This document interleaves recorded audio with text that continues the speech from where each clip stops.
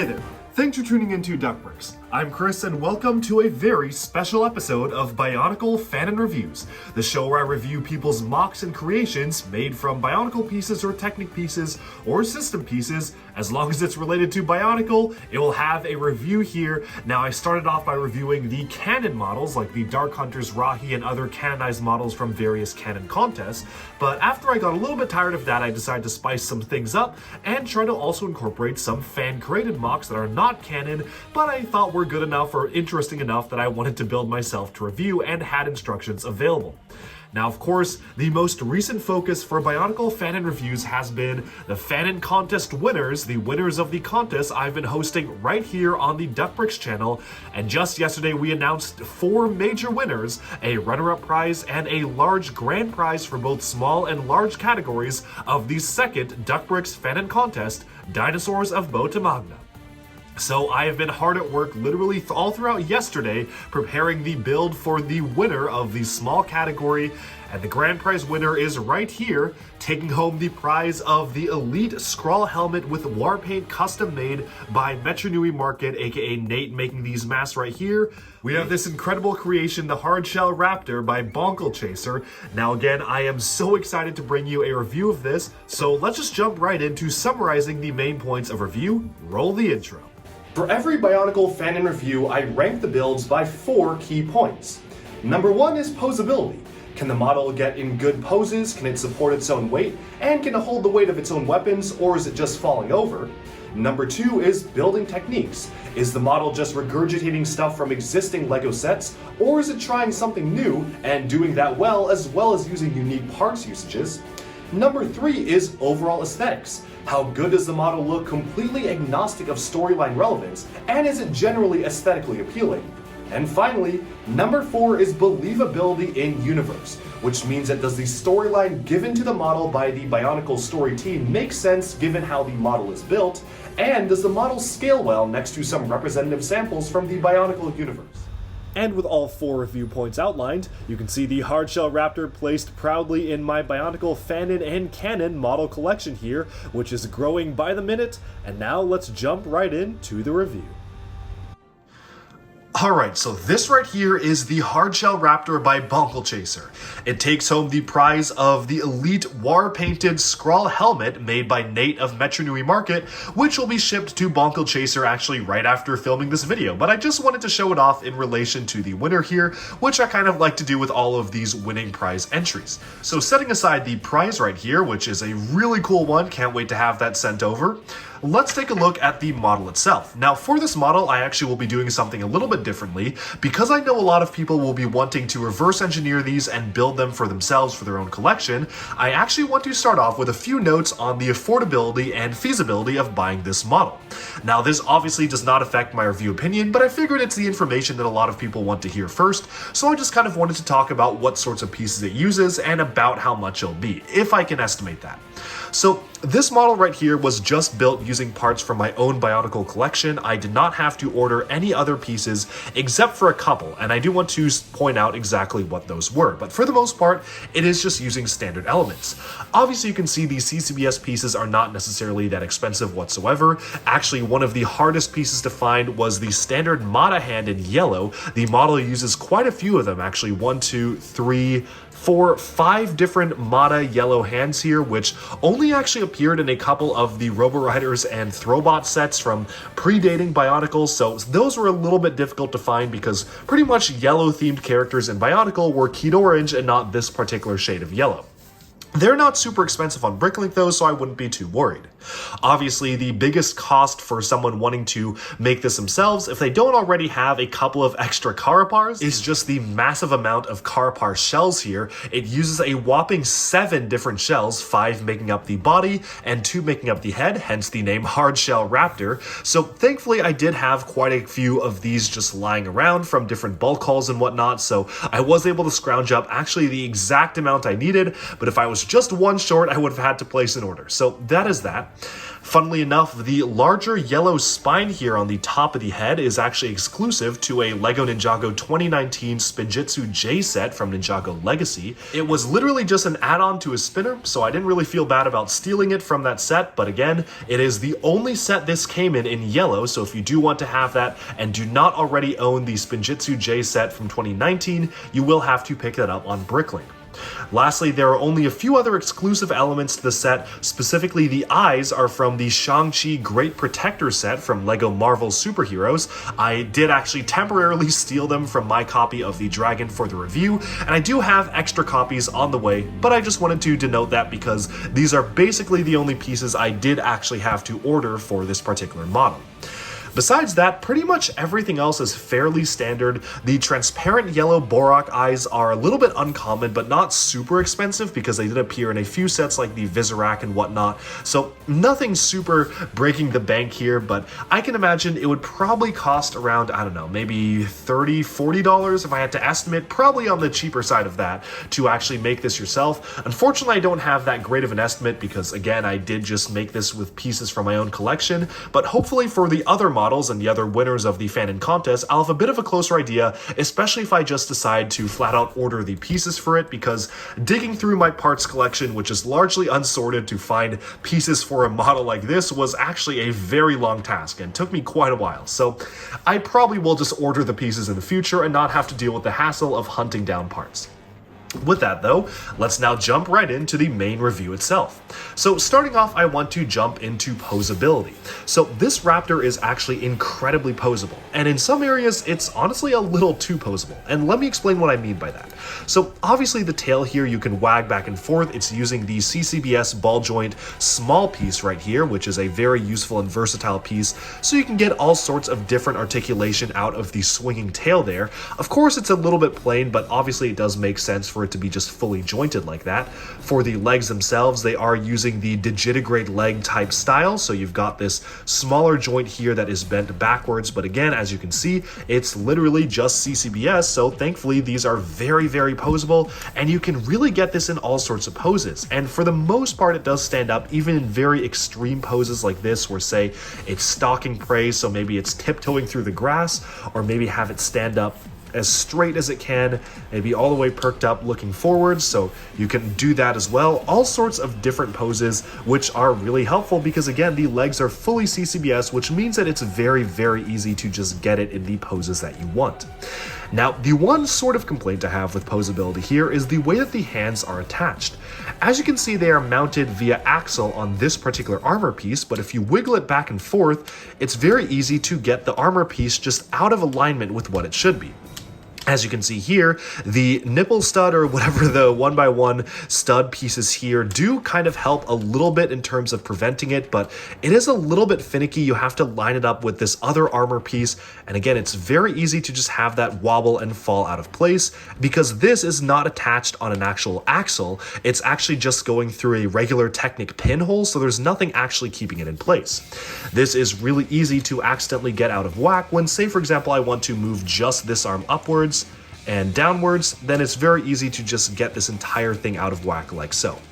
Thankfully though, it's not the biggest deal when it's actually standing still, because of course if you just press your finger here while you're moving it around, so press it down, and then you can just move it around without any fear of the body actually wobbling. It's only when you let go, then the body actually does wobble like that. So you just kind of have to keep it pressed down when you want to move around the arm. So that is a bit of a minor con to me, but not a big deal. It really does only affect play. Look there, I did it again. You really have to just keep that pressed down there.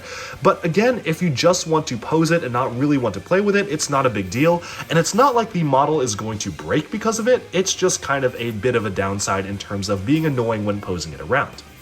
Thankfully, the arms themselves, once you actually get around and kind of put your finger down here to make sure they pose correctly, are very posable thanks to the way that they're mounted on the standard classic Bionicle hand elements here. I like the usage of the gear to really pad out the outside of the arm here. And these spikes do add a lot to the aesthetic because, again, he has these spikes going alongside the rest of the body. Although, to be honest, transparent yellow maybe isn't the color I would have gone with here. If there was a plain yellow color, I feel like that would have worked a little bit better, especially because pretty much every other spike on the body is yellow, but that's veering into aesthetics a bit, so we'll talk about that a little bit later. For the hands, it is simply using the Ben 10 claws, which work absolutely fantastically for a raptor-like creature. I think these look really realistic for this raptor animal right here, and I just think they work perfectly despite being a very simple solution.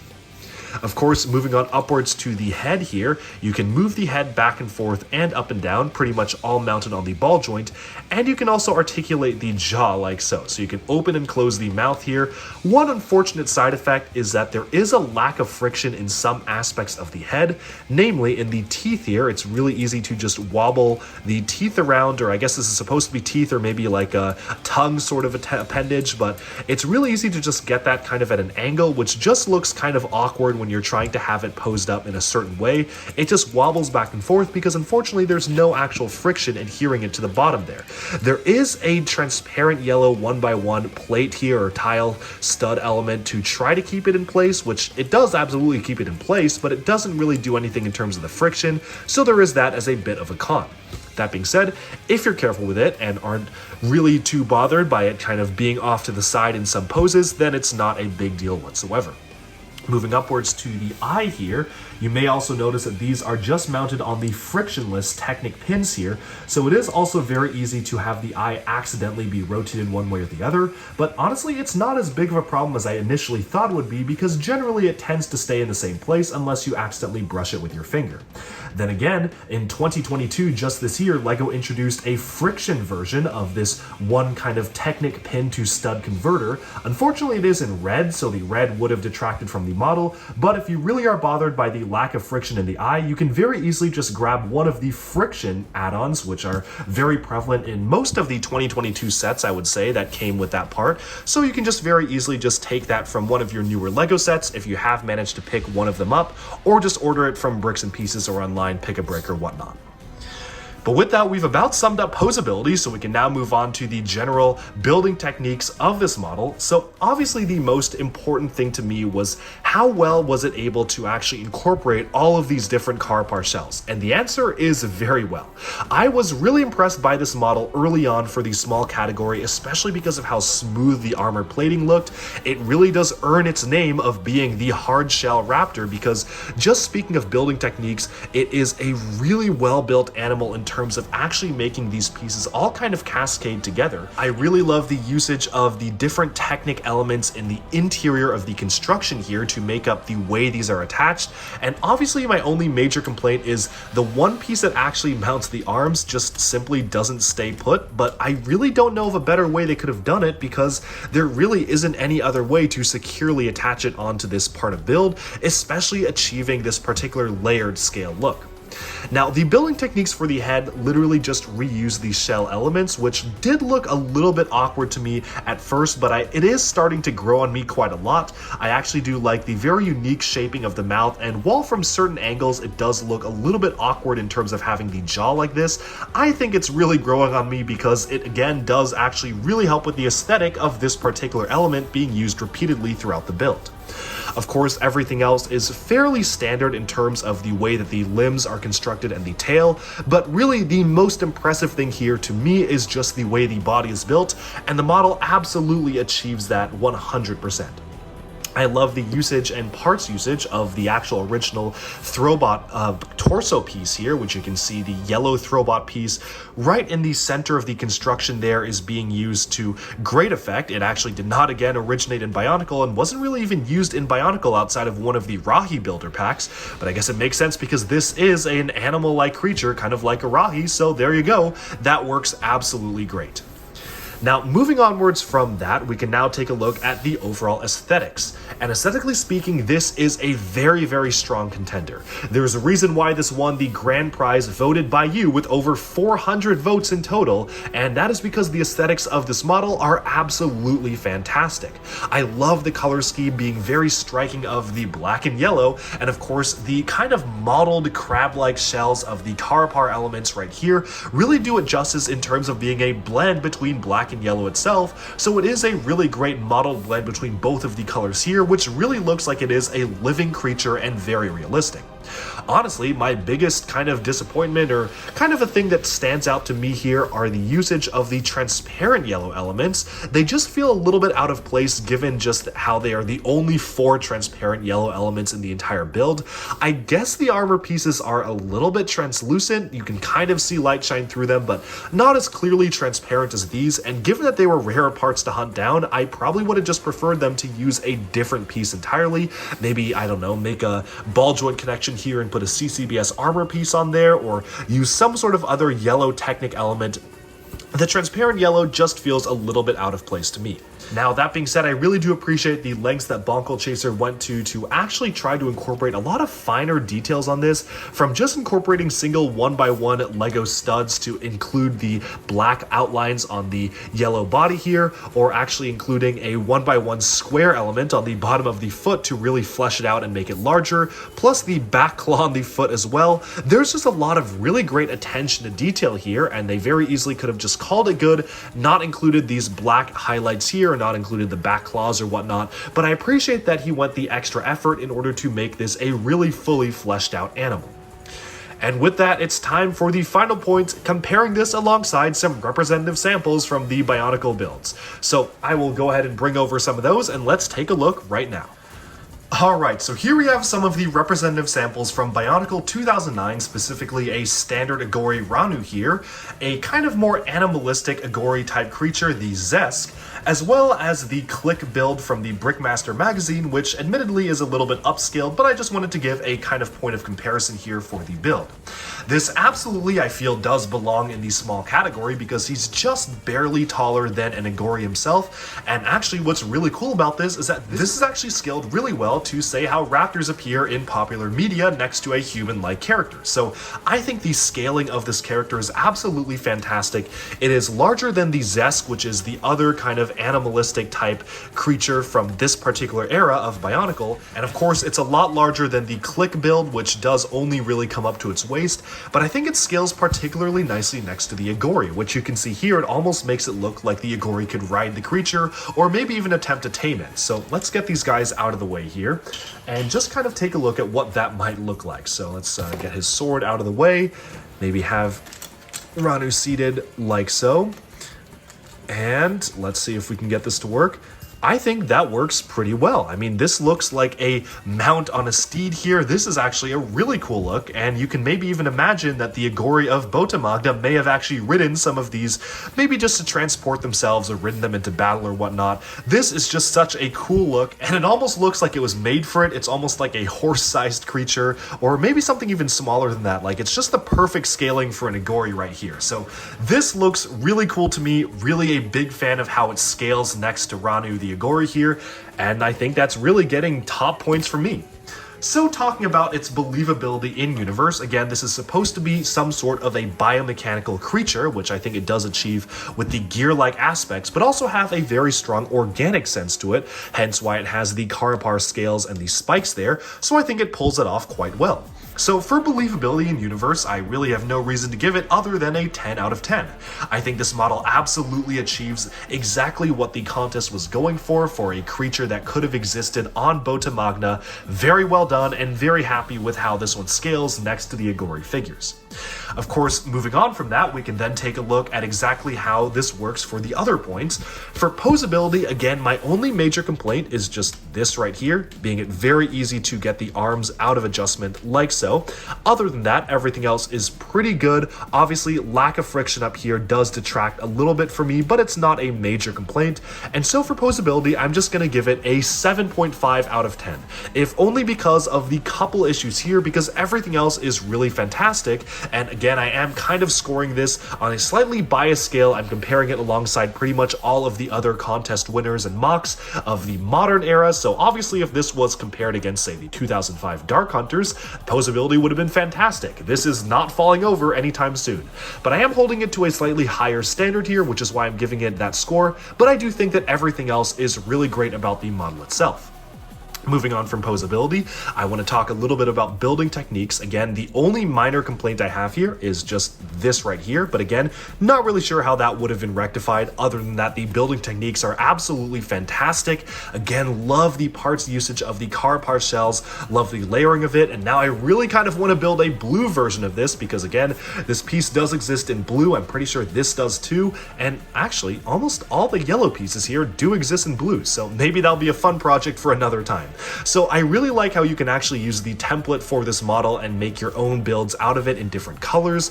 A really fantastically well-shaped model in general, which is why I am going to give building techniques a 9 out of 10. Really only let down by this particular attachment here, and again, I certainly cannot think of a better way to secure that more tightly, so again, not really a major complaint there.